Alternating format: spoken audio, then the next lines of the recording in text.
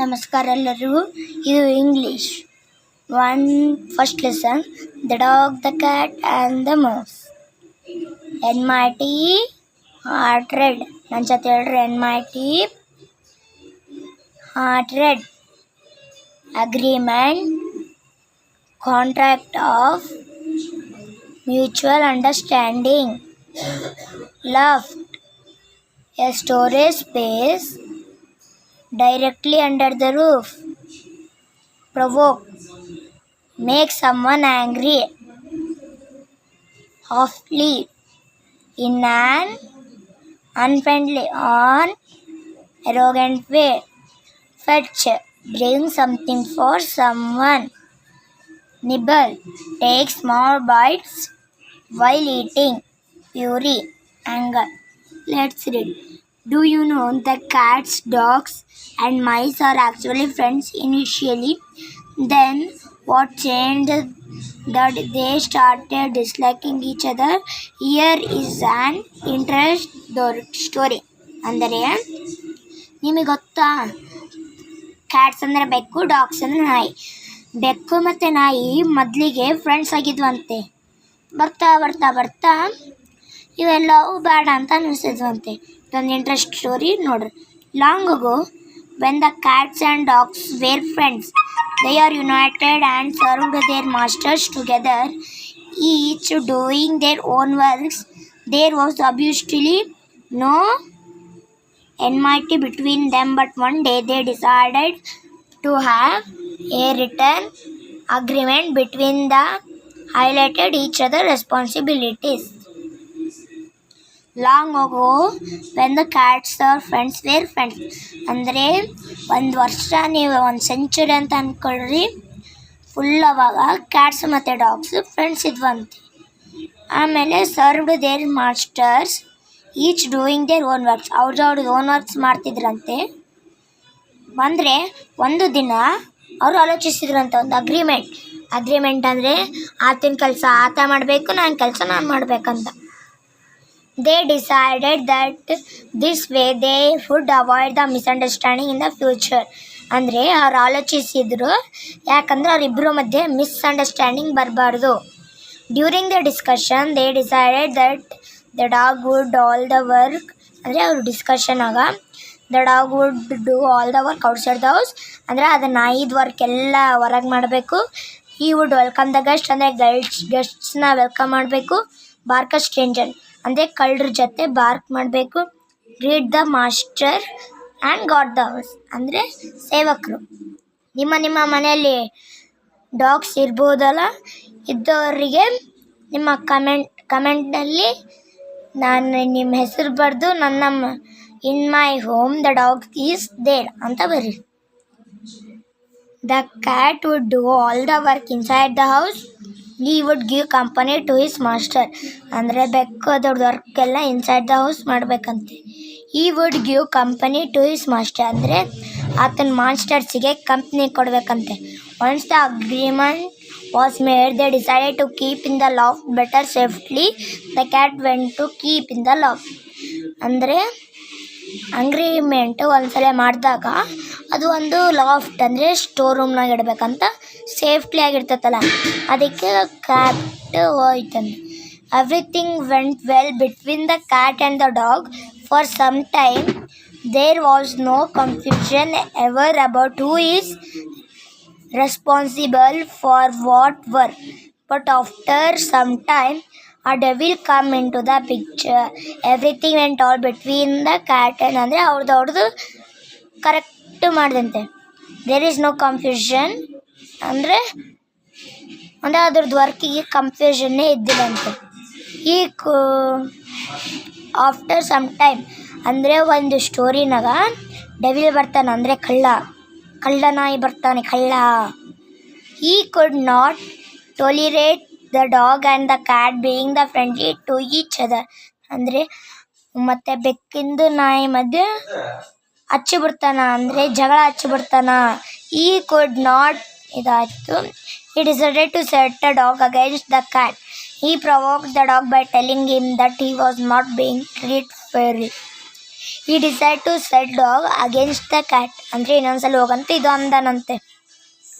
ಈ provoked by the dog by telling him, ಅಂದರೆ ನೀನು ಚೆನ್ನಾಗಿಲ್ಲ ಅಂದರೆ ಹಂಗಲ್ಲ, ನೀವು ನೀವು ಹೆಂಗನ ಅನ್ಕೊಂಡ್ರಿ.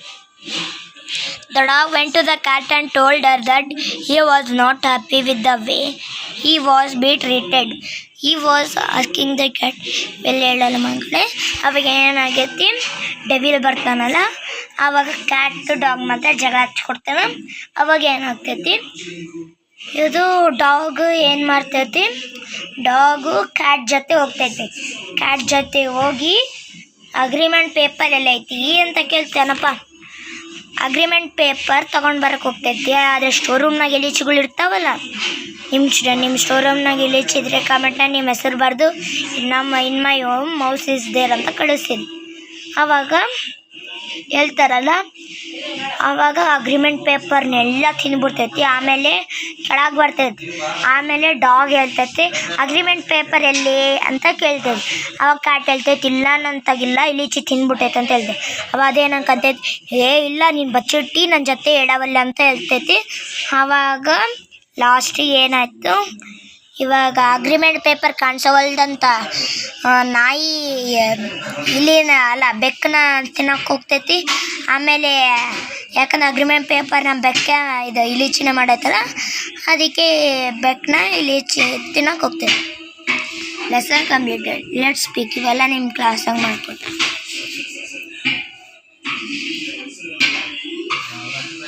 What did the dog and cat decide to have written agreement?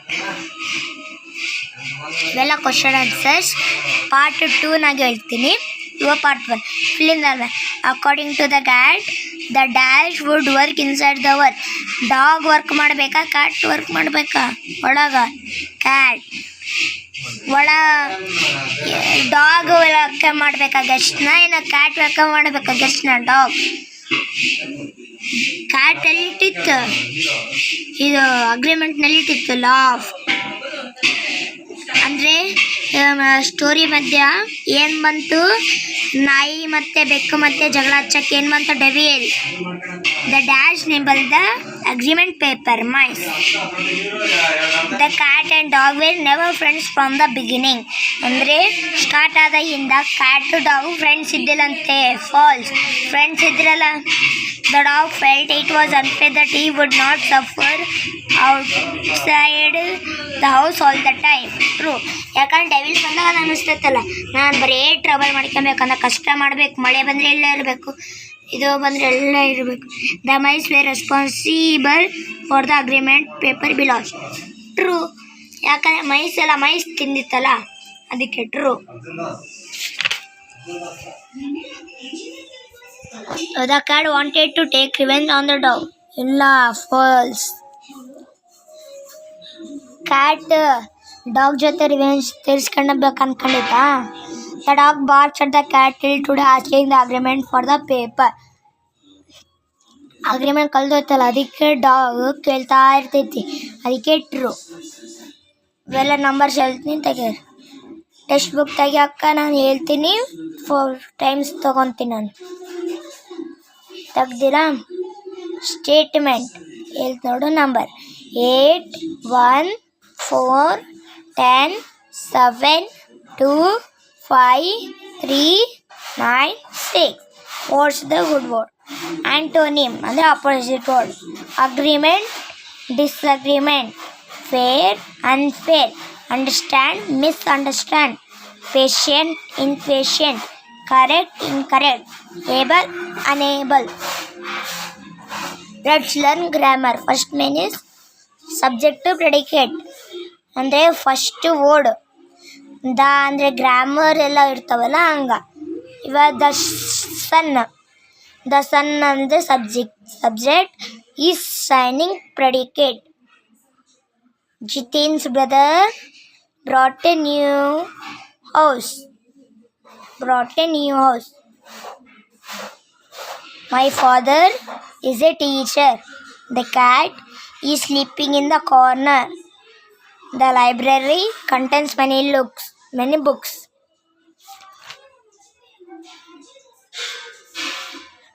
Dasher ಅಂದರೆ ಇದು ಜೇನ ಏನು ತಿಂತಾವ, ಯಾರು ತಿಂತಾವ? ಬೀಸ್ ಅಲ್ಲನ ಜೇನುಳ.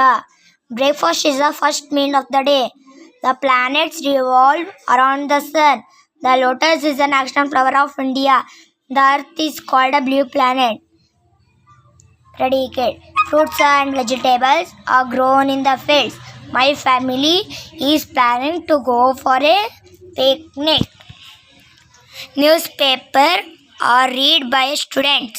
Summer vacations are always enjoyable. My favorite color is yellow. ನಿಮ್ಮ ಇಷ್ಟ ಯಾವ್ದನ್ನ ನಿಮ್ಮ ಫೇವ್ರೆಟ್ ಕಲರ್ ಬರೀರಿ.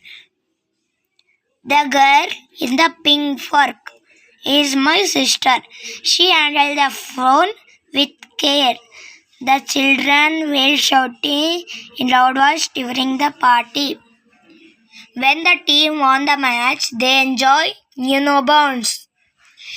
We missed the flight because we failed turn up on time. Make the statements using the following phrases.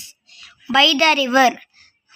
They made by the river every afternoon to play chess. Once in a blue moon. Once in a blue moon, I go to the cinema. See eye to eye. His father and he see eye to eye in most things. In a polite way.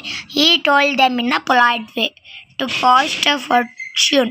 Everything on a menu cost a fortune. ಇಲ್ಲಿಗೆ ನಿಮ್ಮ video ಆಯಿತು. ನಿಮಗೆ ಇಷ್ಟವಾದರೆ like, share ಮತ್ತು subscribe ಮಾಡಿರಿ. ಕಮೆಂಟ್ನಲ್ಲಿ super ಅಂತ ಕಳಿಸಿರಿ. ಬಾಯ್ ಬಾಯ್.